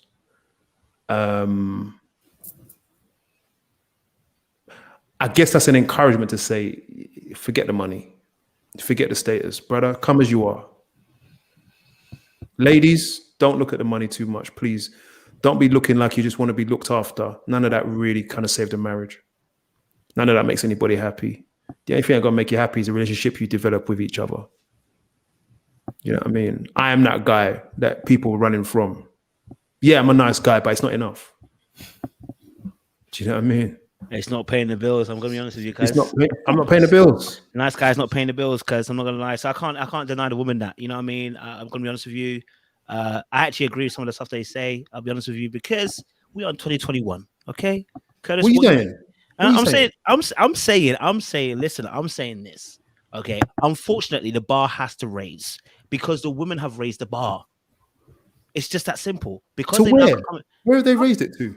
What do you mean? If they can now come into the workspace and earn a certain amount of money, and where men were previously having power was where they could actually earn finances and look after their family, that is no longer enough. You have to raise your bar. Unfortunately, no, I don't agree. There's nothing wrong with raising a bar, but the premise that we're raising it on is dangerous. No, but I mean, it's not. The standard has moved. See, where somewhere bad. I wouldn't say necessarily bad, but I would say that whenever you have the opportunity to earn finances, freedom comes in, but so does ego. That's the problem. It's not the freedom, it's the ego, right? That's where men also have that problem. Earning money brings ego. This is why you now have women who have egos, big egos. They had egos before, but this is big egos now, right? Because now they're doing the same thing that we can do, right? So the problem here is that they've raised the standard in terms of, for instance, a lot of the burden or a lot of the weight that we put on men is financial provision, right? In this generation that we're talking about, they have raised the bar because they're not coming from zero anymore. Okay, you're not taking that woman from her father's home, and that's the one or two. She got a house already. She really got a house. Yeah, she probably got a car. Okay, and she can look after herself. So then the bar gets raised because it's like, okay, so what can you add? And this is where the ego comes in, because it's like, okay, how do we partner? But we can't partner because, like I said, the ego kicks in. It's unfortunate. So when you want to raise the bar, I'm not saying it's the right thing to do. Okay. Yeah, I'm not saying it's the right thing. I'm just saying that the bar has inflated. You know, it's got that Absolutely. on that level of things. The bar has raised. So now when women are looking at men and saying, "What are you bringing to the table?" I'm talking about financially, by the way. That's what it could be. I can understand why they're asking that question, because they no longer come from zero. You can't come from zero. You know what I mean? You know what's interesting is that the economic, the demographic economics are white men at the top economically, black women, then white women, then black men. That's why I said they got to raise the bar. Now, raise the bar by all means, but we have a major disparity where women, and you'll see it in the UK, and this is a UK thing, by the way. I don't know what it is in America. In the UK, black men are struggling to get their careers. When I say black men, it's interesting because it's mostly West Indian black men. Yeah, which is a difference. But there's a struggle. We've gone through something. We're coming out. Our parents just got here on a boat 70 years ago. So I'm saying that there's a gap, and women have to think, boy, should I go for, black women have to think, should I just go for a white man and just not have to worry about anything? That's true. Or should I take a black guy and drop my economic status, drop my class? That's a tough thing there. That's exactly what happens. Sorry, Kelly, go on. So I'm just trying to process and think where I stand in this. I feel like we have to go back. We have to go back in time, because I feel like it didn't just happen here. Actually, black women have been smashing it from the door, right? So if we think of things as recently as, let's say, Windrush, yeah. You have to explain, because I think there's an American audience. You have to. Okay, right. Yeah. Okay, so Windrush was a boat, actually, that carried over 490 something passengers from the Caribbean, most of them being Jamaicans, but there were some others from Guyana and Trinidad, brought them over to England after the war in 1948, June 22nd, 1948. And because England had, the country been completely decimated after the war, and they needed to rebuild, and they didn't have the workforce. So the Caribbeans, there was an advert put out in the Caribbean asking for skilled workers. And that was what we called the Windrush generation. So from 1948, actually, black people had been in the UK from, long ago. Yeah. But this seems to be the most iconic time. And Caribbeans came over to help rebuild the country. Caribbeans were the first ones, and then the Africans and the Indians. So that would have been your mum. My grandparents. Yeah. My grandparents. So your mum. Sorry, your grandparents. Sorry. My grandparents came here, and they helped to rebuild England. My parents were the ones that were born in the Caribbean and left behind as children, and then brought over once grandparents were able to afford to bring their children over to the UK. Hence how me and Curtis were born here. Yeah.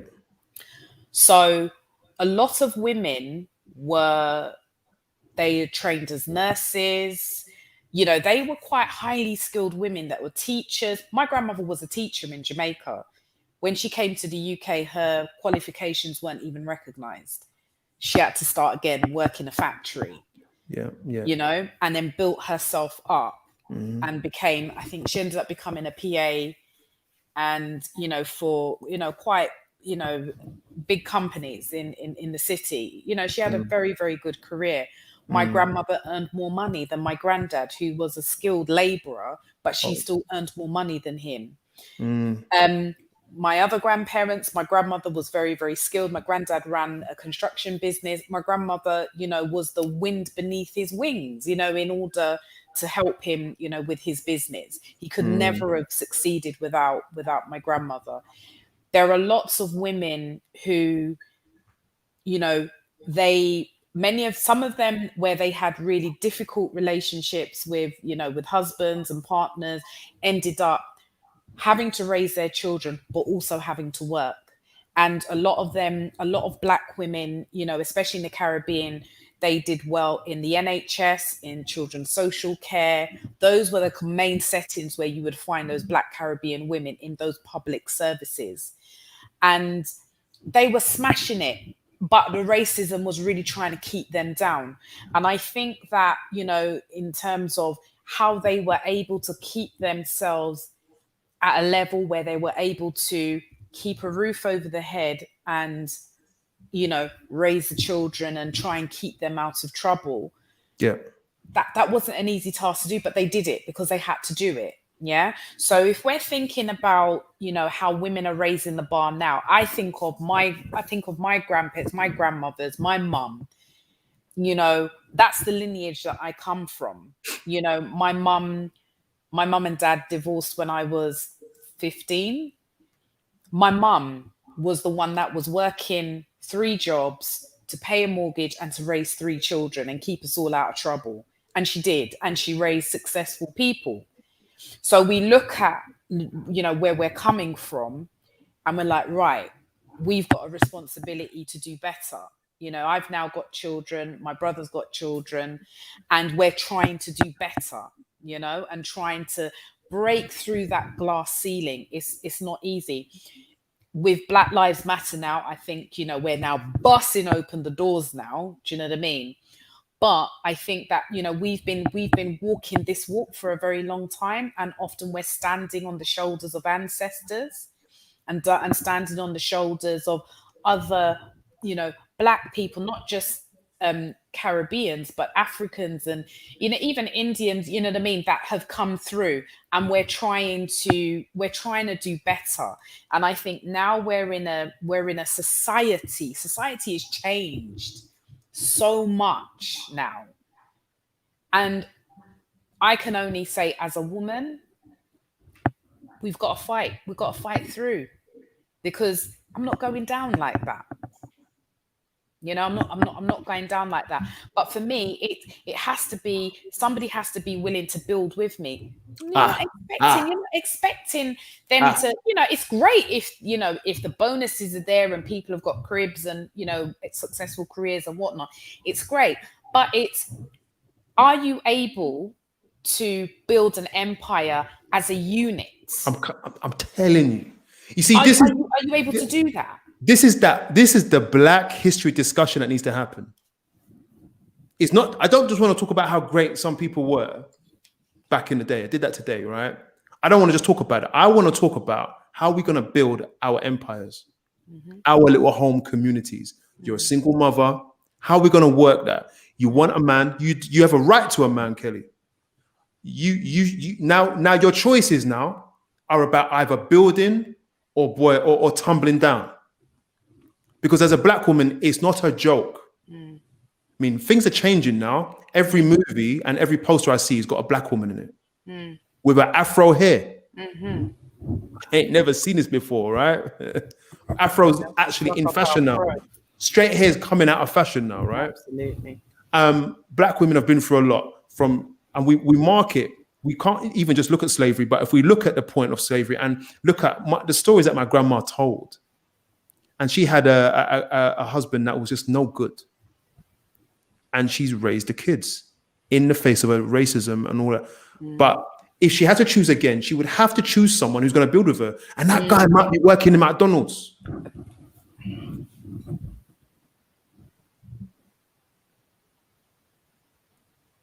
What are you going to put on your mic now, bro?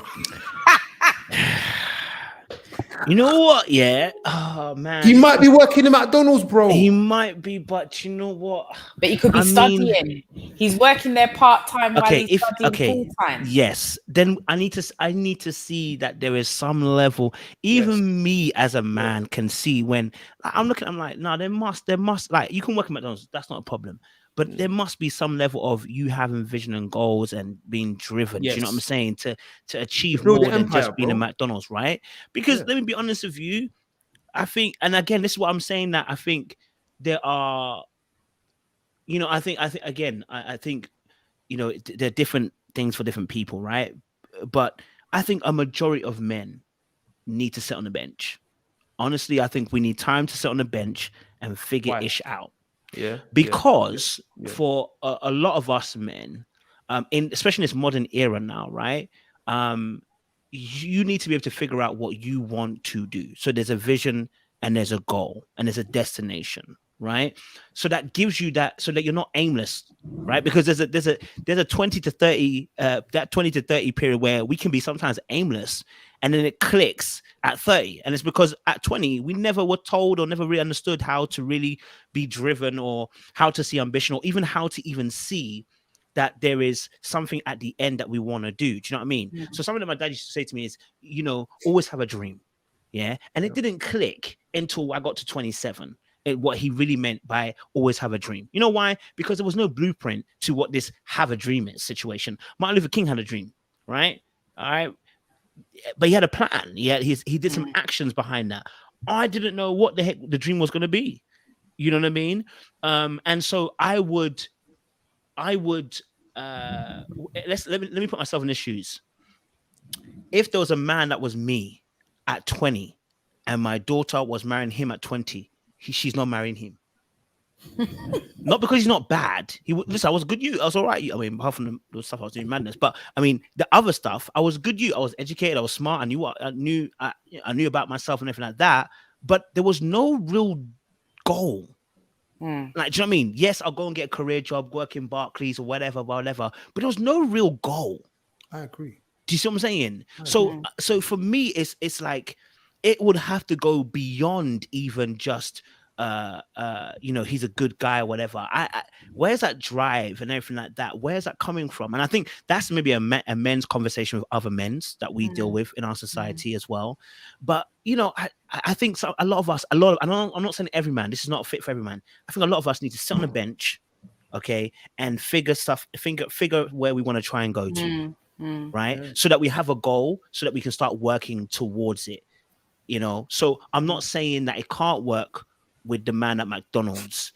I'm just saying McDonald's can't be the end destination, and it can't be the part of the conversation when you don't know where you're going. You know what I mean? No, not at all. But I know you weren't saying that. You guys weren't saying that. You weren't saying that. Well, Curtis is smiling. Why are you smiling like Curtis? Don't be smiling like that, bro. Don't be smiling like bro. McDonald's is big for some people. I think that way. I think we're all saying things, but I think that there are some exceptions to the rule that I think we can accept. Of course, McDonald's might be someone's limit, and as long as someone isn't lazy. As for a man like me, I was just scared to achieve. I never had a vision, and in a sense, so to speak, McDonald's or cleaning. It was my limit. That was my max, funny enough. But I totally agree with you, because if anyone stepped to my daughter and he's like, yeah, I'm just going out of her, I'm like, why? What's your purpose? Someone made a comment. The chat is firing off, so I can't even keep up with it, right? Chat is but someone said that marriage, this is the thing, like, we don't get married because we love each other. I just don't believe that. I think that it's wrong to get married out of love. I think you get married because you have a greater purpose. What you do is based on love, but you don't get married because your heart's beating and romance. That's stupidness, right? You get married because you're about to, because humans need to work together, and we do a lot better when it's a man and a woman, typically, or a couple. Let me just say that now, at the time we're living in. But two people who working together, we work better in pairs too. Agree. Yeah, to hash out our nonsense, to grow ourselves, to develop ourselves, because there's a lot of mess inside here. Behind this Adidas top, man, you wouldn't believe what's going on. And it's that woman upstairs that listen to this show, who gives me trouble, helps me work it out of my system, so that I can be a better me. And then it's like, now we've got some of the mess out of the way. Let's write down some stuff on paper and see where we can advance this generation, this family. That's why we get married. So it's not the love, it's not the, and I don't need a woman who can cook. My wife can cook. I don't need a woman who can cook. I need someone who's willing to learn. Do you know what I mean? So we're looking at, and I do believe in marrying potential, but that's my thing. But yeah, let me shut up there, man. No, I will rant. I'm with you. I was looking at this statement There you that go, that's marriage it. is always about building together, but That's it the one. doesn't mean that we're all using the same tools exactly, because agree. we all come with different strengths and Yes. areas of development. Yeah. So I guess it's about being able to might have a common goal and a common dream, you know, may not necessarily be in the same genre, but the fact, what's in common is that you want to build. Yeah. And sometimes your partner may have the tools in order to help you move along in your Yes. dream, and you have the tools in order to help motivate and keep them on track, keep them grounded. You know what I mean? Right, actually, this probably is a good, or holding them accountable for things, and you know, reviewing goals and where both of you are at. You know what I mean? You don't have to use exactly the same tools, because we don't all have exactly the same tools that we can work with. That's why our tools should be able to complement one another. So what do you think about the man earning less in that situation where you're both building, but he will say, "Look, you're the earner. I'm going to take care of business on this side of the fence. You go out there and you pull them peas. So earn that money." Well, yeah, I know about the peas, bro. It depends on his motivation and what he's doing. Do you know what I mean? No, real talk, because I like that. Because people can talk and talk about their dreams and whatnot, but then actually there's just too much talking and no action going on. So you have to be able to kind of, I guess, measure it and see, okay, what is it that you're actually doing? What are the results? If there is a delay, what is the delay about? What's happening? Do you know what I mean? Is there something that I can support with? Now, you know, there comes a point in time where you can't parent that man, you know, because you can't be behind him all the time. If his only way of actually moving and doing stuff is, you know, because of you being on their tail. No, that's different. we all have to be accountable for ourselves, you know what I mean, and be able to motivate ourselves. But, you know, in terms of the common goal of, you know, of trying to achieve, you know, maybe purchasing a property, you know, having children and putting them into very good schools, you know what I mean, and investing in their education, or, you know, being able to save for your retirement so that you guys can retire early. You know, there's all kinds of things. Do you know what I mean? Nurturing particular dreams. You know, there's, you know, when I think of me, when I got into my career of the therapy, I was nearly 40, you know, with 2 kids. What was I doing?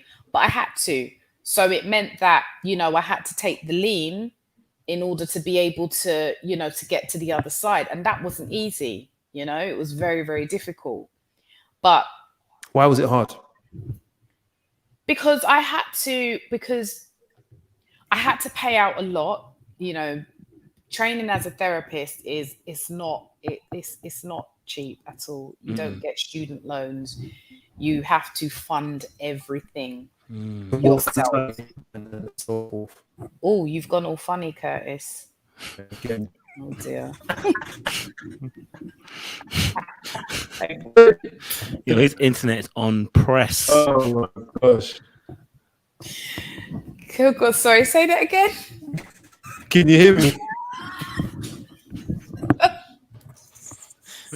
What I'm gonna do? But go back to 4G, bro. Right, 4G. To go back to 4G today, internet's not reliable. It's all good. Yeah, go for it, sis. Yeah, it was tough because there was no money.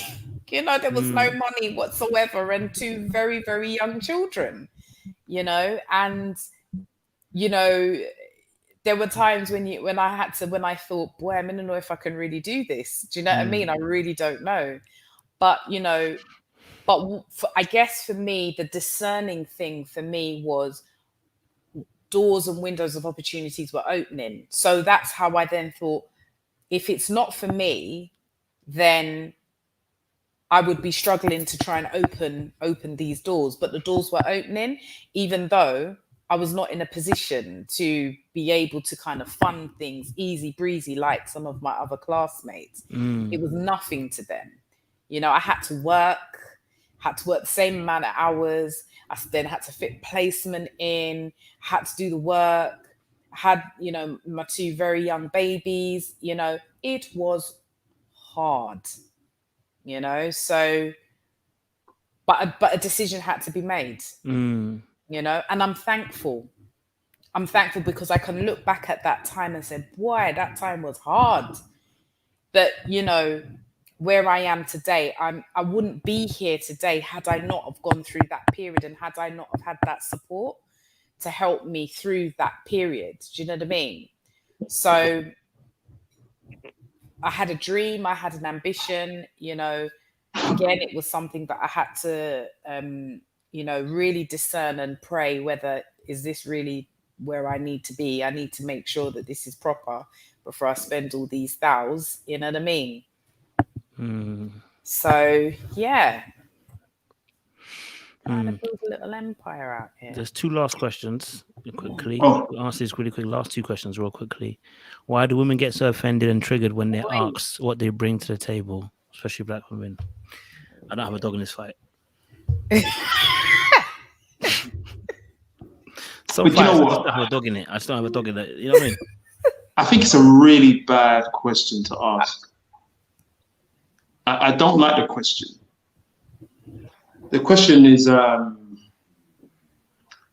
it alludes to that whole kind of transactional, or what's your value, what's your worth, what you're bringing to me, and you don't approach a relationship like that. It's just it's a really ugly way to approach a topic of. Imagine what are you bringing to the table. Sex. I'm bringing sex. How often do you want it? Good, you're in. That's what a guy will say. Cool, you're in. Yeah. What do you want to hear? What do you want to hear? So I think it's a really ugly question, to be honest. No, and I think it's you know, this thing about, you know, why do women get offended and triggered? It's like, you know, delivery. It's all in the delivery. You know, if we deliver questions differently, I think, you know, yeah. That's a cantankerous question. It is a bit cantankerous, to be honest, because real talk, if somebody came, what are you bringing to the table? Yeah, the question is just is a means. I mean, you say that in a marriage, in a relationship, that a committed relationship, what are you bringing to the table? You know, you're destroying your marriage. You're just asking that alone. You know what you're doing. But you have to get to know one another. You know what I mean? You get to know people's morals and values, and you see what, you know, you see the values that they're bringing, and you make that assessment. Actually, is that in line with who I am and what I stand for? And you have more deeper conversations about it without actually having to ask that specific question.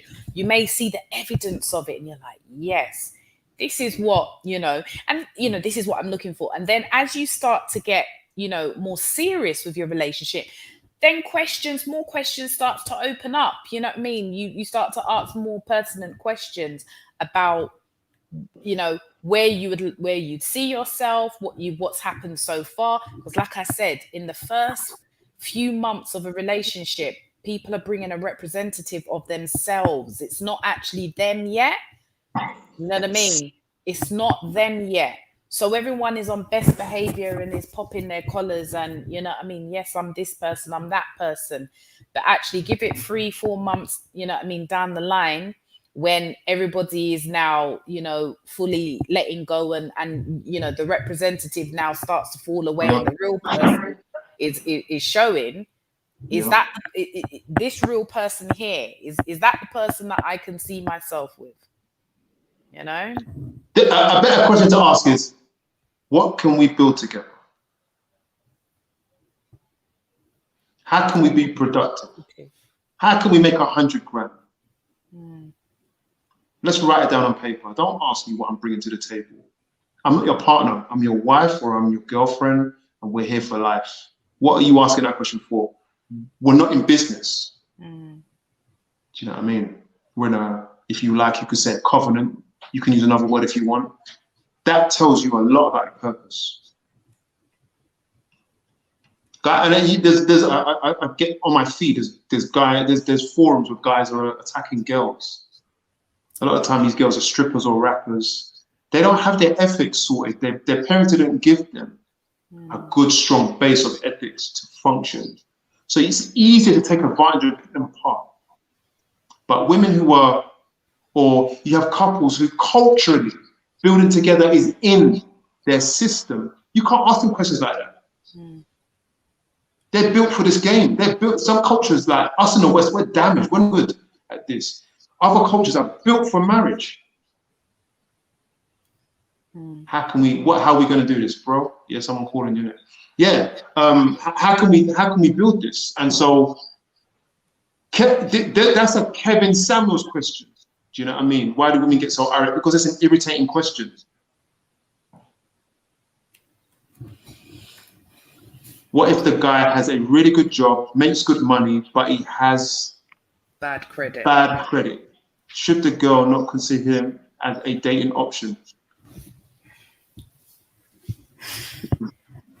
What do you reckon? It depends on what he shows you. Yeah, and the thing is, okay, so it depends on what stage of your dating life that, you know, with them that you're in, you know, where you can start to have conversations in terms of finances, especially if you're thinking about meshing your finances with his finances. There'll be that, oh dear, everyone's gone.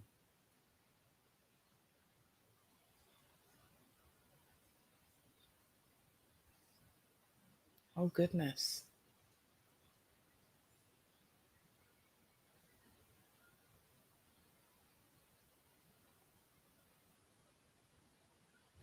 It is all silent here. I think Curtis's internet has gone down.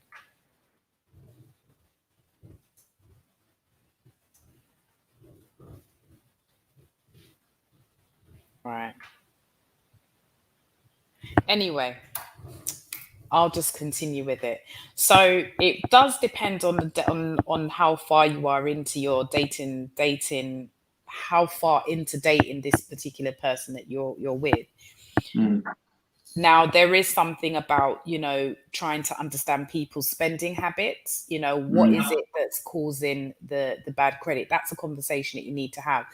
It just depends on how you have the conversation, or you might observe things that they might be doing that, you know, would think, okay, that's probably contributing to the bad credit. Yeah. Maybe having a discussion with him and see how he feels about it, if he's willing to be open, if he's willing to take suggestions. I don't think you necessarily need to write them off, but I think you do need to kind of have an idea of what kind of bad credit they have. Like, there needs to be an open and honest discussion about it. Like I said, once you're thinking about meshing your money with him, you know, anything that kind of happens to you, especially if you're married, your finances becomes joint. So if he's not spending right, he could potentially, you know, pull you backwards. So I think it's important to have that conversation and, you know, really kind of get a bit of an understanding as to what it is and can it be repaired. It could be somebody can have bad credit for something really minor. Do you know what I mean? Yeah. It's not always, you know, consistently, you know, bad spending habits. So yeah, I think you need to understand the context behind the bad credit. And maybe, I mean, the question is actually, should a girl not consider? So they're not dating yet. But I agree with you. I think your point still stands. If you can't get to the bottom of why it's like that before or during the dating phase, then that's a red flag, because if you can't have conversations about it, it means you're hiding something. Yeah. So I would say explore. The word is, for me, explore it. Yeah. But I know in the US, you've got a big thing about credit. Over here, we don't really bother with that so much. Yeah, I've heard of people, because you know, I've heard people like, you know, watch the reality shows, innit? And they talk about good credit, and they're like, yeah, my credit is da da da da da. And I'm thinking, really, is that what they do on their dates? Do you know what I mean? I wouldn't even know what my credit, you know, just about remember what my credit score is. Do you know? I don't know.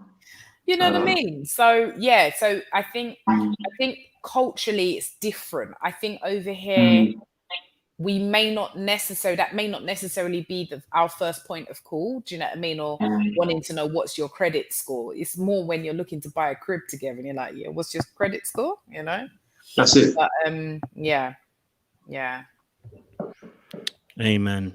I've said it before. I'll say it again for you guys. When it comes to money, it's really about their ethos around money. Look, you can be unyoked in the ethos of money. How they see money and how they spend it, how they deal with it. You just got to find out. Like I think you've kind of touched on it.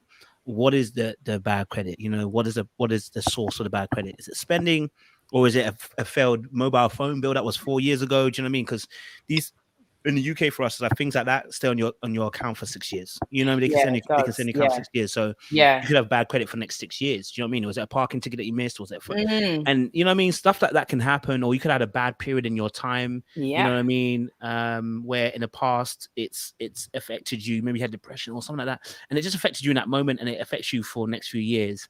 That's workable. Because that person hopefully they're aware and they're trying to make amends for it and just doing their bit. But yeah, if the person is just like a really bad spender, you might want to ask yourself the question whether you have the capacity to deal with that person. Because once, as you were saying, Kelly, as well, once you join your finances together, I'm gonna tell you this now: that joint account that you put together, baby, one day you go in there, the money's gone. Okay, because that person's got compulsive spending ability. So you just really got to know who the person you're interacting with and how they deal with money on a day-to-day basis. That will give an inkling around that. So yeah, just be wise. And the issue around that isn't even the money. Yeah, it's not. It's a deeper issue. It's a deeper issue. Yeah, right on the whiteboard. What's the reason behind the spending? Impulsivity, dangerous. Yeah, exactly. Impatience. Yeah. So I remember I briefly counseled someone who, it was actually a female, which is usually the reverse, but she got me through YouTube and was like, I'm in love with a guy. We've been together a couple of years. I've been lying to him about my financial situation. I'm actually quite poor, and I've accrued a lot of debt to impress him because I want him to think that I'm where he is. That's not unusual. Trust me, that's not unusual, bro. I was saying, I've got stories for days. That's not unusual. Then he found out, more and now she wants out because she's been lying. In my opinion, he wanted out anyway, but that's not happening to me, and I don't think anybody keeping up appearances is like, you don't have a relationship on that basis. There's no relationship. If you have to keep up appearances and you're with someone who you have a relationship with, you are not in a relationship. Don't fool yourself. Anyway, I'll shut up there. Did you have another question? No, I didn't. I was just saying that, it's not unusual to have the ladies also with bad spending habits and credit nonsense, fam. I'll be honest with you, but that's a story for another day, guys. So oh no. What have I not experienced? Oh no.